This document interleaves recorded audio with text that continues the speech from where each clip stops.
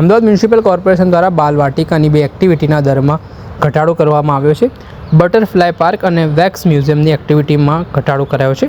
ટિકિટના દરમાં 40% ઘટાડો થયો છે અને બટરફ્લાય પાર્કમાં ટિકિટ 100થી ઘટાડી 60, વેક્સ મ્યુઝિયમમાં 130થી ઘટાડીને 80 રૂપિયા કરાઈ છે.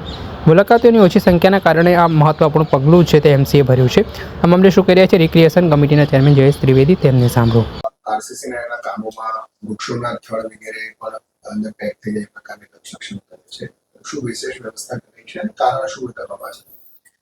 અમદાવાદ મ્યુનિસિપલ કોર્પોરેશન એ અમદાવાદને ગ્રીનરી પ્રોવાઈડ કરવા માટે સતત પ્રયત્નશીલ છે. આના માટે આપણે મિશન 2 મિલિયન, 3 મિલિયન, 4 મિલિયન આ પ્રકારના આયોજનો કરતા હોઈએ છીએ. અમને અમારા કામ દરમિયાન ધ્યાન પર આવ્યું કે જે એન્જિનિયરિંગ વિભાગ જે છે એ અલગ અલગ ઝોનની અંદર ફૂટપાથ બનાવે છે. ફૂટપાથની અંદર ઘણી વખત કેટલીક જગ્યાએ આરસીસી બને છે, કેટલીક જગ્યાએ પેવર બ્લોક નાખવામાં આવે છે. પણ કેટલીક જગ્યાએ અમે જોયું તો ખબર પડી કે જે ફૂટપાથ ઉપર જે વૃક્ષારોપણ થયેલું હોય છે એના થડને અડીને એ આરસીસીનો માલ ભરવામાં આવે છે. આનાથી એવું થાય છે કે કેટલાક મહિનાની અંદર એ જે વૃક્ષ છે એના મૂળ સુકાઈ જાય છે અને પછી છેવટે એ સુકાઈ અને પડી જાય છે.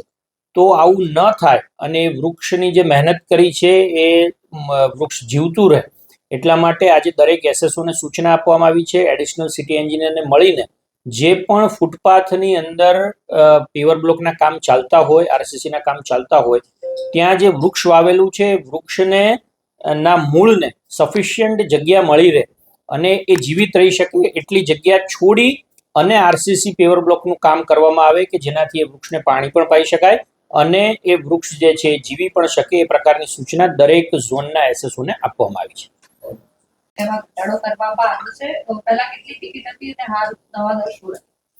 અમદાવાદ મ્યુનિસિપલ કોર્પોરેશન દ્વારા કાંકરિયા લેકફ્રન્ટની અંદર બાલવાટિકાનું રિનોવેશન કરી અને માનનીય મુખ્યમંત્રી શ્રી ભૂપેન્દ્રભાઈ પટેલ દ્વારા એને લોકાર્પણ કરવામાં આવ્યું હતું.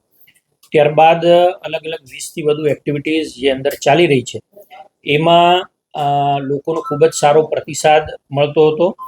અમે જે અભ્યાસ કર્યો એ પ્રમાણે બટરફ્લાય પાર્ક અને વેક્સ મ્યુઝિયમ આના જે દર છે એનો જે અમે રિવ્યૂ કર્યો એટલે અમને એવું લાગ્યું કે ભાઈ એના દર થોડા વધારે છે.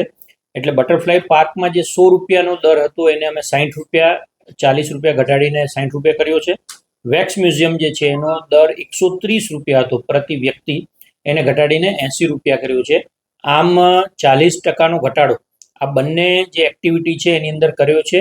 આનો ઉદ્દેશ્ય ફક્ત એટલો જ છે કે કેએલએફની અંદર અને બાલવાટિકાની અંદર આવતા જે બાળકો છે, લોકો છે, એ વધુમાં વધુ એક્ટિવિટીનો લાભ લે અને એને જાણે એ માટે આ જે સૂચિત જે ઘટાડો છે એટલા માટે કરવામાં આવ્યો છે. જે ગાર્ડનની વાત છે, કેટલા ગાર્ડનને તૈયાર થઈ ગયા છે, કેટલા બાકી છે અને શું બનશે? અમદાવાદ મ્યુનિસિપલ કોર્પોરેશન 308થી પણ વધુ ગાર્ડન લોકો માટે અત્યારે એનું સંચાલન કરી રહ્યું છે. એની અંદર કેટલાક પ્રાઇવેટ એજન્સી દ્વારા, કેટલાક અમૂલ દ્વારા અને કેટલાક ખાતાકીય એની ફાળવણી અથવા તો જાળવણી થઈ રહી છે. ગત વર્ષ 2024-25 અને 25-26માં જે આયોજન કર્યા હતા એમાં કુલ 66 નવા ગાર્ડન બનાવવા કે રીડેવલપ કરવાનું આયોજન કરવામાં આવ્યું હતું. આમાંથી 56 જે ગાર્ડન છે એની ડિઝાઇન તૈયાર થઈ ગઈ છે.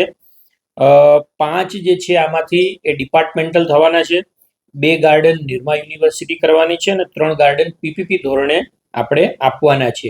કન્સલ્ટન્ટ દ્વારા કુલ 15 ગાર્ડન આપણે કરવાના હતા. એમાંથી 15નું ટેન્ડર એ આજ સુધીમાં બહાર પડી ગયું છે. આ 66માંથી કુલ 23 જે ગાર્ડન છે એની મ્યુનિસિપલ કમિશનરની જે મંજૂરી લેવાની હોય છે મંજૂરી મળી ગઈ છે.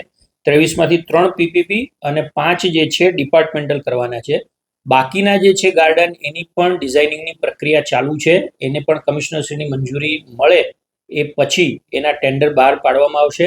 આમ અમદાવાદની જનતાને સારા ગાર્ડન મળે એ માટે ખાતાકીય પીપીપી ધોરણે જે કામગીરી છે એ આગળ વધી રહી છે. આપે સાંભળ્યા હતા રિક્રિએશન કમિટીના ચેરમેન જયેશ ત્રિવેદી. તેમણે બાલવાટિકાને જે બે એક્ટિવિટીના દરમાં ઘટાડો થયો છે તેને લઈને મહત્વનું નિવેદન આપ્યું છે. દર્શક મિત્રો, આ જ વિડીયો જોવા માટે એન કવરેજ ન્યૂઝ જોતા રહો.